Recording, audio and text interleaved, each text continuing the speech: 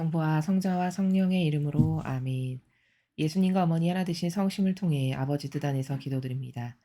사랑할 하느님 아버지, 저희가 듣겠습니다. 말씀하여 주시옵소서.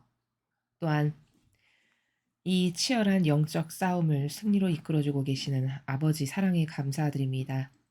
부디 선의 세력이 더 아버지께 잘 반영하여 더 용해되어 그리고 배상과 보석을 더 많이 바쳐드림으로써 이 영적 전쟁의 기간이 단축되어 이제 아버지의 뜻이 인류를 어서 빨리 통치하시고 지배하시고 군림하여 주시옵기를. 그래서 이 역겹고 추악한 인간의 뜻이 조작하여 만든 변질된 그 제도와 전통으로 인류를 다스리려고 하는 이 전체주의 세력을 저희는 철저히 거부하오니 어서 빨리 아버지의 뜻, 그 완벽하신 신적 질서로 저희들을 다스려 주시옵소서. 이 모든 기도 우리 주 예수 그리스도의 이름으로 기도드리나이다. 아멘.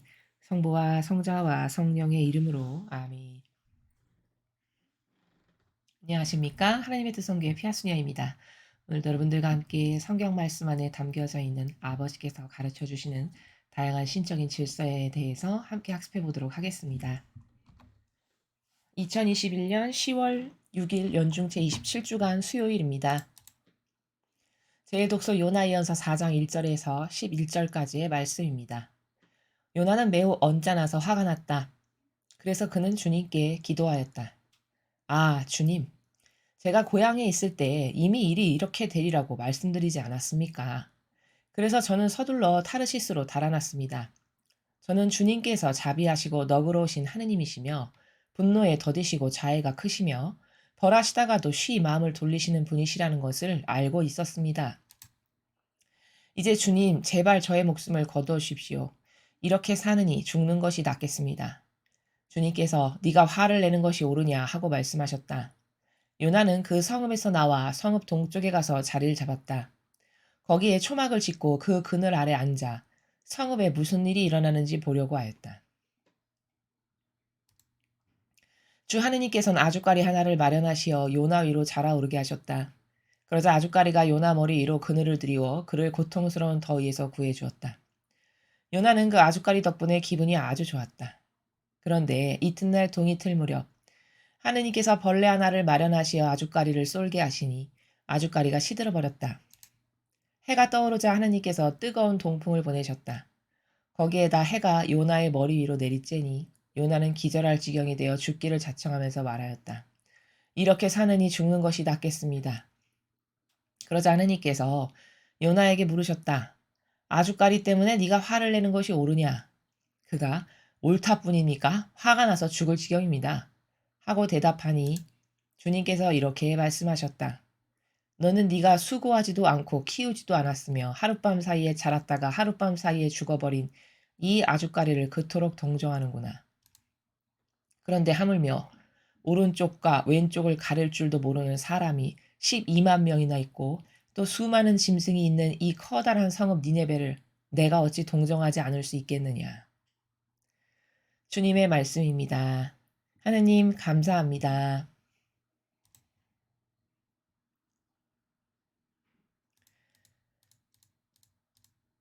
오늘 이 요나이언서 4장 1절에서 11절까지의 내용을 보면 우리는 중요한 것 한 가지를 발견하게 됩니다. 그것이 무엇이냐면 하느님과 인간이 얼마나 다른가라는 점입니다. 여기 보면은 이제 요나에게 그 아버지께서 명하신 사명이 있어가지고 니네베를 가로지르면서 회개하시오 이걸 하는 게 요나의 사명이었죠. 그리고 나서는 이제 요나가 진짜 저 사람들이 어디 회개 하나 두고 보자. 내가 보기엔 절대 안 할 거다. 이러면서 이제 조금 위에서 올려다 볼 수 있는 곳에 자리를 잡고 이제 거기서 이렇게 내려다보는 그런 내용이죠. 근데 너무 더우니까 차라리 죽는 게 낫겠다라고 막 이렇게 이야기를 할 만큼 아주 더운 상황이 지금 닥치고 있는데 하느님께서 이 요나에게 한 가지를 깨닫게 하시려고 아주까리 나무가 싹 자라나게 하시죠. 그래서 요나 머리 위로 그늘을 만들어 가지고 그가 조금 그래도 서늘하고 선선하게 좀 쉴 수 있게끔 아주까리 하나를 싹 자라오게 하십니다. 그리고서는 금세 벌레 하나를 또 마련하셔서 아주까리 나무를 쏠아서 다 벌레가 먹어 가지고 없어져 버리게 이렇게도 하시죠. 그러니까 요나가 어떻게 반응을 하냐면 뜨거워 죽겠는 거죠. 그 장렬하는 태양 밑에 아무 그늘도 없이 계속 앉아 있다고 생각해 보십시오. 얼마나 뜨겁겠습니까. 그러니까 죽기를 자청하면서 "죽는 게 낫겠습니다." 또 이런 이야기를 합니다. 그러니까 9 절부터 하느님께서 요나에게 이제 깨닫게 하시는데 "아주까리 때문에 네가 화를 내는 게 옳으냐. 그 인간이 얼마나 깨닫지 못한 존재인지를 여러분이 여기 보십시오. 옳다뿐입니까? 화가 나서 죽을 지경입니다." 이렇게 대답을 합니다. 이게 자기가 어떤 존재인지 하느님이 어떤 분이신지 그러한 하느님 앞에 내가 어떤 나라에서 살아가야 되는지 전혀 개념이 없는 거죠.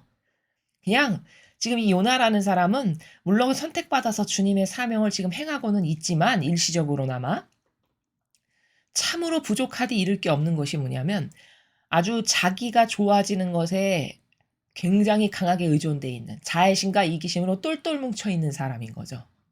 오늘 이 요나 연설을 통해서 우리는 뭘 발견할 수 있는 거냐면 인간이란 존재는 하느님의 이런 거룩하시고 자비로우시며 그리고 그분의 그 살아가시는 나라, 아버지가 살아가시는 정신세계의 차원하고는 얼마나 거리가 멀게 저급한 존재인가를 깨닫는 것이 오늘 일독서를 올바르게 학습한 다음에 우리가 도달하게 될 결론인데 아버지께서 그러니까 이렇게 하나하나 깨우치시죠. 화도 안 내세요.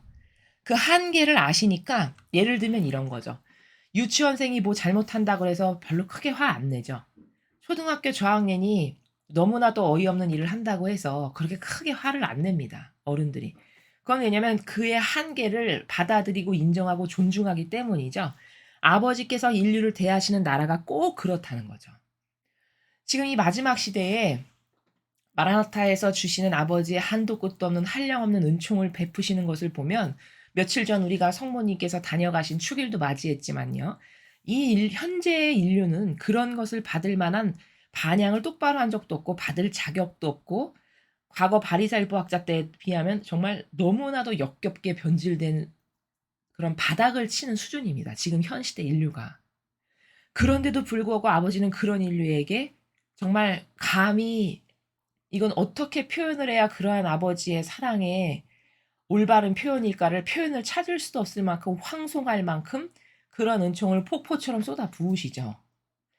그것은 아버지께서 그렇게 하시는 것에는 물론 여러 가지 관점의 이유가 있습니다만 하나님께서는 그 정도로 깨닫지 못하여 어리석은 내 자녀들에 대한 한계를 인정하시고 그 한계 내에서 인간을 대하신다는 것을 발견할 수가 있다는 것입니다.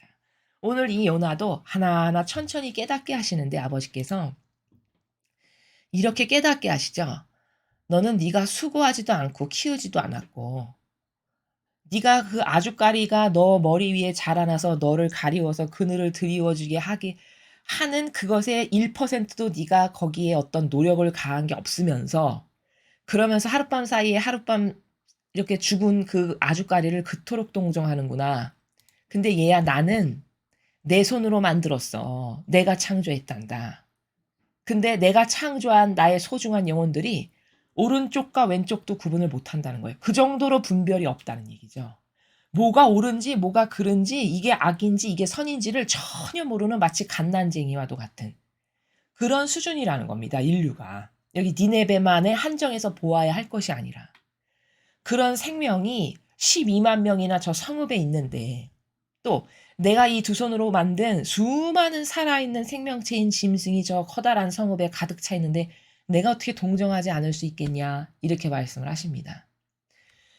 그러니까 교훈을 주시려고 지금 아버지께서 아주까리를 자라게 하시고 그걸 갑자기 벌레를 먹게도 하시고 이런 일을 통해서 깨닫게 하시는데 아버지는 사랑으로 만드시고 창조하신 그 자녀들이 저렇게 허무하게 막이 밥이 돼서 죽어서 지옥 가는 걸 절대 원치 않으시죠. 그러니까 끝까지 기회를 주시고 할 노력을 다 하시는 거예요. 그렇죠. 그러니까 "회개해라, 회개해라. 회개하지 않으면 큰일 난다."라고 마지막까지 이 최선의 노력을 다해서 거기서 한 명이라도 더 건지는 노력을 계속 하신다는 겁니다. 이게 거룩한 사랑이라는 거예요. 거룩한 사랑이라는 거는. 근데 고작 니네베는 아주까리 시드는 게 왜 화가 났냐? 아버지는 자신 때문에 화가 나신 게 아니라 내가 만든 내 창조물들이 비참하게 죽어서 내 자식들이 지옥에 갈까 봐 그게 너무 가슴 아파하시는, 즉 순전히 사랑하는 사람 때문에 가슴이 아프신 건데, 요나는 왜 여기서 화가 났냐? 자기 때문이죠. 하느님 때문에 화가 나거나 이웃 때문에 화가 나는 건 아니잖아요. 그쵸? 아주까리가 시든 게 왜 화가 났을까요? 아주까리가 나한테 이렇게 가려져 가지고 그늘도 좀 만들고 내가 편안하고 행복하고 즐겁게 좀 이렇게 뭔가 나에게 도움이 되는 거였는데 그걸 하루아침에 없애버리니까 거기서 화가 난 거예요. 그러면 요나가 화나는 근원은 뭔가? 순전히 자기 때문이라는 거죠. 자기의 자애심과 이기심, 예를 들면 사욕과 욕망이 채워지지 않아서 그것에 손상이 오니까 화가 나는 거지만, 하느님의 거룩하신 사랑은 아버지를 위해서가 아니라 순전히 사랑하는 자녀들을 위해서 이렇게 슬퍼하고 통곡하시고 이렇게 애달파하신다는 거예요.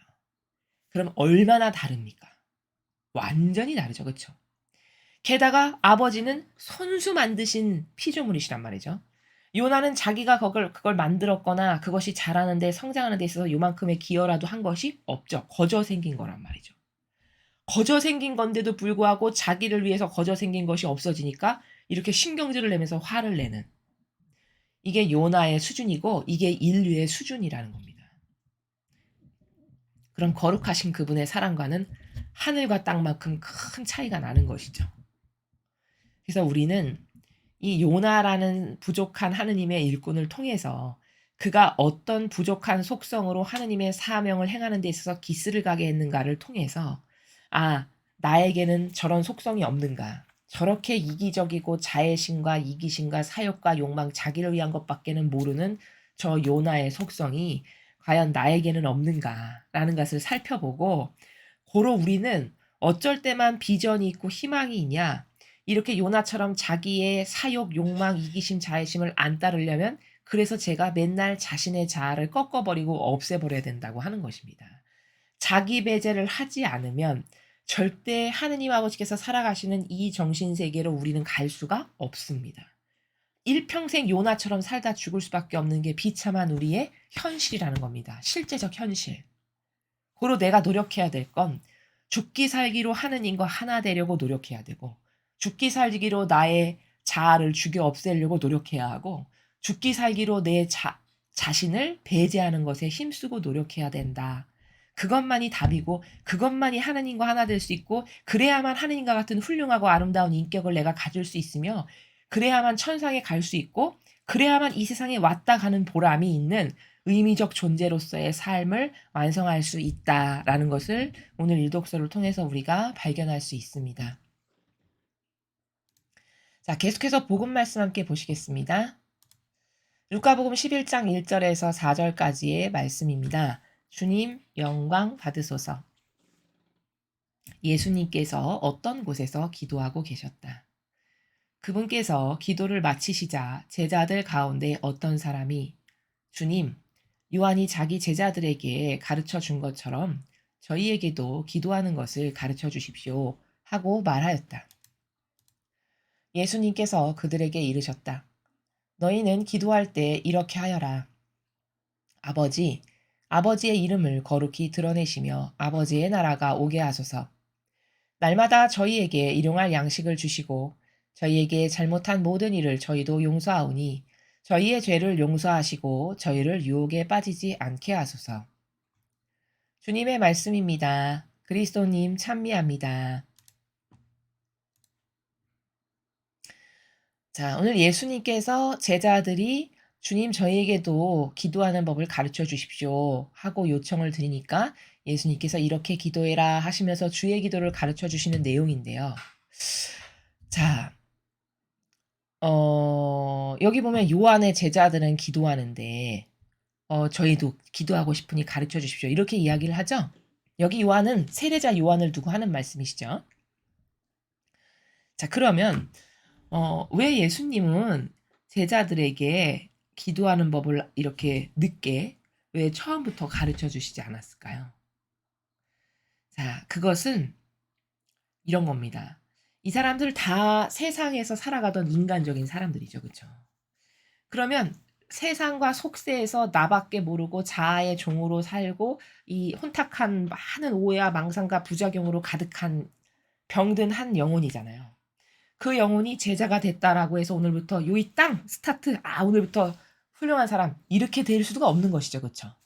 그런 어떤 예수님을 닮은 정신세계를 구현하고 예수님의 모범과 정신과 가르침을 내가 행하는 사람이 되기 위해서는 많은 트레이닝의 과정이 필요하겠죠. 그쵸?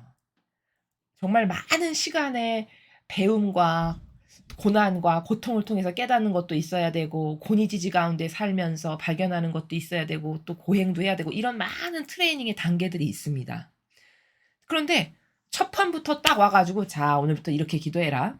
이것은 좀 맞지가 않죠.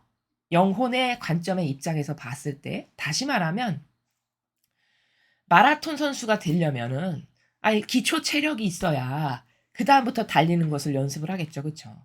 기초 체력도 없고 오늘 딱 들어와서 저 오늘부터 마라톤 좀 해 보겠습니다." 했는데 "그래? 오늘부터 요이 땅 뛰어." 이렇게 하는 거는 트레이닝의 과정상 맞지가 않는다는 거죠. 영적인 것도 마찬가지라는 겁니다. 예수님께서 제자들에게 기도를 가르치실 때가 아직 이르지 않았다라고 생각을 하신 것이고 그 이유는 이제 어떤 영적인 기반, 기초, 베이직이 되는 근본이 좀 어느 정도 된 다음에 영적인 걸 알고 그리고서 기도를 가르쳐 주셔야 기도는 어떻게 하는 건지 기도라는 것은 하느님과의 소통 관계고 대화고 행동으로 옮기는 거고 이렇게 관점이 많은 것인데 그걸 오늘 당장 온 사람에게 "야 기도는 이렇게 하는 거야." 그럼 와닿지도 않을 뿐더러 깨달을 수도 없고 그런 피상과 막연한 가운데서 기도를 하게 되겠죠. 그래서 그렇게 하지 않으시려고 마치 마라토너나 무슨 어떤 특별한 운동 종목의 선수로 양육되기 위해서는 기초 체력을 굉장히 열심히 닦죠. 그쵸? 그 국가대표 선수들도 보면은 기초 체력 트레이닝하는 걸 굉장히 중요하게 생각합니다. 그 본 자신의 영역에 들어가기 앞서. 그리고 뭐 어떤 정서적 상담의 과정도 하고 여러 가지 방면에서 병행하는 트레이닝 가운데 그 목적성을 이뤄 나가는 것임을 우리가 확인할 수 있잖아요, 세상의 자연법에서도. 마찬가지로 이 영적인 것도 이제 그 세상에서 여러 가지 때도 묻고 오염도 있고 인간적인 사고방식 잘 알지 못하는 거 뭐 하느님이 누구신지 깨닫지도 못하고 영적인 게 뭔지도 모르는 그 제자들이 이제 모였으면 같이 공동체를 부대끼면서 살면서 사랑도 알고 예수님이 어떤 분이신지도 깨닫고 몸소 따라다니면서 배우는 것들도 있을 것이고 이런 다양한 과정 가운데 영적으로 어느 정도 인제 근본이 닦이면 기도를 가르쳐 주시려고 그러한 것이다라고 발견할 수 있고 자 그다음에 그래서 인제 기도를 가르쳐 주셨는데 오늘 드디어 주의 기도는 제가 다른 강의에서 큰 관점에서 보았을 때 전반부는 "하느님의 뜻을 이루어 주세요."라는 내용이고 후반부는 "아버지의 뜻을 먼저 이루세요. 그리고 저희가 이렇게 인간적으로 저희의 육이 이런 필요한 이러이러한 것들을 부디 아버지 뜻 안에서 자비를 베풀어 주십시오." 이렇게 내가 청원드리는 것을 아버지의 뜻이 먼저 이루어지기를 갈망하고 진정성으로 청원드린 다음에 그다음에 "우리에게 필요한 것들을 이렇게 주시옵소서."라고 하는 구성으로 되어 있다라고 설명을 드렸습니다. 자 그런데 오늘은 인제 그러한 근본적인 관점의 나라에서 쪼끔 더 하나 여기서 발견할 수 있는 게 뭐냐면 여기 보시면 아버지의 이름을 거룩히 드러내시며 아버지 나라가 오게 하소서. 자 주의 기도 첫 줄이 뭐냐면 하늘에 계신 우리 아버지의 이름이 거룩히 빛나시며 아버지 나라가 오시옵소서 하시잖아요. 바로 어떤 내용이 담겨져 있는 거죠? 아버지 이름을 거룩히 드러내시며 이 나라 이 세상에서 아버지의 영광이 드러내게 해 주십시오라는 거죠. 그쵸? 또한 아버지 나라가 오게 하소서. 이렇게 이야기해요. 그러면 아버지 영광이 드러나고 아버지 뜻이 어서 빨리 세상을 다스려 주세요. 라는 것은 우리가 계명에서 배운 바에 의하면 1계명이죠, 1계명. 그렇습니다. 1계명입니다. 만유의 아버지를 전부로 사랑하는 것. 그러한 전부로 사랑하는 아버지께서 이 세상을 다스리시기를 갈망하는 마음. 그게 주의 기도의 첫 번째 줄이라는 겁니다.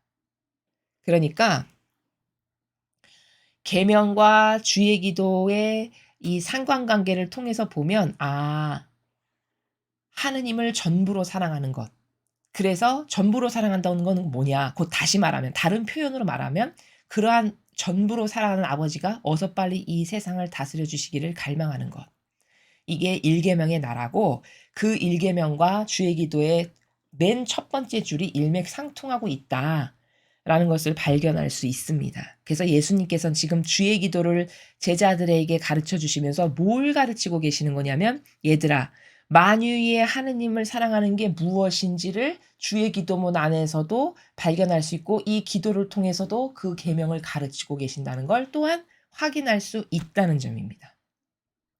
그리고 아버지의 이름을 거룩히 드러내시며라고 표현되어 있는 저 문장의 행간의 나라는 뭐냐면, 아버지의 이름이 이 지상에서 영광스럽게 되고 드러나려면 어떻게 해야 되는 겁니까? 제자인 내가 행동이 따라서 그 아버지의 뜻에 올바르게 반영하는 행동을 통해 어떤 열매가 맺어져야 되는 거죠. 그래야 아버지 영광이 드러나고 아버지 이름이 이 지상에서도 거룩히 빛나시게 되는 거잖아요. 고로 주의 기도의 맨 첫 번째 줄에 있는 내용의 나라는, 행동이 수반되어야 된다는 것을 지금 내재적으로 말씀하고 계시는 거다. 기도라는 건 다시 말하면 행동이 뒷받침돼서 어떤 실제적이고 구체적인 열매를 맺게 해드리는 도구가, 그게 내가 되어야 되는 것이다 라는 내용이 아예 내재적으로 포함되어 있다라는 것을 한 줄, 첫 번째 줄 안에 이렇게 두 가지의 내용이 들어있음을 여러분에게 말씀을 드렸습니다. 그래서 오늘 주의 기도의 내용 안에는 기도를 올바르게 하느님 아버지의 뜻 안에서 청원드린다는 것은 뭔가? 그거는 먼저 아버지의 뜻이 이루어지기를 항상 내가 갈망하는 그 원의 가운데 있어야 된다는 것. 그래서 그 주의 기도를 원리적으로 해부해서 살펴보면, 아버지 뜻 먼저 이루세요. 이게 나오고, 그래서 그 아버지의 뜻이 이루어지시고 부디 부족한 저희들의 이런 육이나 이런 인간적인 것에 필요한 것들을 더불어 이루어 주시옵소서, 이렇게 청원드리는 것이 올바른 청원의 질서에 부합하는 올바른 청원의 나라다라는 것을 발견할 수 있고, 그리고 주의 기도의 그 첫 번째 줄을 통해서 우리는 두 가지를 또한 발견할 수 있는데, 아버지 나라가 어서 빨리 이 세상에 오세요라고 하는 것은 계명의 첫 번째 계명인 저는 아버지를 전부로 사랑합니다. 만유위에. 그 전부로 사랑하오니 전부로 사랑하는 아버지 어서 빨리 오셔서 저희들을 다스려 주세요라고 하는 것과 똑같은 일맥상통하는 나라라는 것. 그러한 하느님을 제자들에게 지금 기도를 통해서 가르치고 계시다는 것. 그다음 두 번째는 아버지 이름이 거룩히 드러내시며, 그것을 통해 이 세상에서 아버지 이름이 거룩히 드러나고 영광이 드러나게 하려면 매개체적인 내가, 이 인성을 가지고 있는 매개체의 내가 아버지 뜻에 올바르게 화답을 해서 반영을 해서 그 아버지의 뜻이 나를 통해서 이 지상에서 이루어지게끔 해드리는 것. 그게 제자인 그리고 하느님의 일꾼인 사람들이 마땅히 해야 될 의무고 직무다라는 것입니다. 그러니까 이 기도라는 거는 이렇게 행동이 수반돼서 어떤 열매를 맺는 것이, 내재적으로 기도란 이렇게 해야 되는 거라는 것이 아예 내재화돼야 된다는 원리를 또한 가르쳐 주신 거다라는 점이고요. 그리고 일독서 요나의 연서를 통해서 발견해야 될 것은 하느님과 인간이 얼마나 다른가. 인간은 그저 모든 추구하는 것이 다 자기밖에는 모르는, 내가 좋아지고 나와 임발부되는 것밖에는 원할 줄 모르는 이렇게 저급한 수준인 반면에, 아버지는 오늘도 보시니까 그렇게 악독하다는데, 니네베 사람들이, 그쵸? 우리가 알고 있는 바와 같이 그렇게 악독하고 악랄하고 사람 죽이는 거가 가장 비싸게 팔릴 만큼 그런 그림을 좋아할 만한 이런 백성이었다라고 알려지는데, 그렇게 죄악으로 가득한 인간을 그래도 끝까지 포기하지 않고 회개할 수 있는 마지막까지 노력하시는 아버지의 이 거룩하신 사랑과는 얼마나 요나를 통해 우리 인간의 깨닫지 못한 자아의 종으로 살아갈 때의 속성은 정말 비루하고 비참한가. 이것을 깨닫고 그럼 개선하려면 어떻게 해야 될까? 개선의 프로세스라는 것은 그렇기 때문에 하느님과 열렬히 하나 되는 것만을 갈망해야 되고, 하나 되기 위해선 선수되어야 되는 과제가 내 자아를 죽이고 자기를 배제할 때만 하느님과 하나 될 수 있다라는 것으로 결론에 도달하게 됩니다. 자, 우리는 영적인 길을 매일 도전하면서 열심히 걸어가고 있습니다. 그것이 뭐 단 한순간에 달라질 수는 없겠으나 먼 산에 어떤 숲을 바라봤을 때 나무 하나가 자라는 것은 가까이에서 보이지 않을지 모르겠지만 멀리 떨어져 가지고 그 숲을 좀 객관화시켜서 제3자적 관점에서 숲을 바라보면 나무 하나가 자라는 건 잘 안 보여도 숲이 시간이 지나면 초록색이었다가 겨울이 되면 앙상했다가 봄이 되면 다시 새순이 돋아나는 것은 우리가 인식할 수 있죠. 영적인 성장이라는 것도 이렇게 거시적 관점에서 내가 이 진리를 배우기 이전에 1년 전, 2년 전, 3년 전에 나와 현재의 내가 어떻게 달라져 가고 있는가라는 것으로서 발전을 알 수 있는 거고 매일 그렇게 성실하게 아버지께서 가르쳐 주시는 것을 근거로 오늘도 저 사고방식을 제 사고방식이 되게 축복해 주세요. 이런 갈망의 나라에서 여러분께서 청원을 드리고 훈련도 하시고 노력도 하시고 가르쳐 주는 방법으로 일상생활에서 적용도 해 보시고 이런 것을 통해서 영적인 성장이 되는 것이니 여러분께서 가정에서 혹은 사회에서 직장에서 활용을 해서 매일매일 아버지 뜻 안에서 많은 축복과 은총으로 여러분 본연의 영혼을 발견하고 성장하시는 그런 여러분들이 되셨으면 좋겠습니다. 이상으로 2021년 10월 6일 연중 제27주간 수요일 복음 해설을 마치겠습니다. 감사합니다.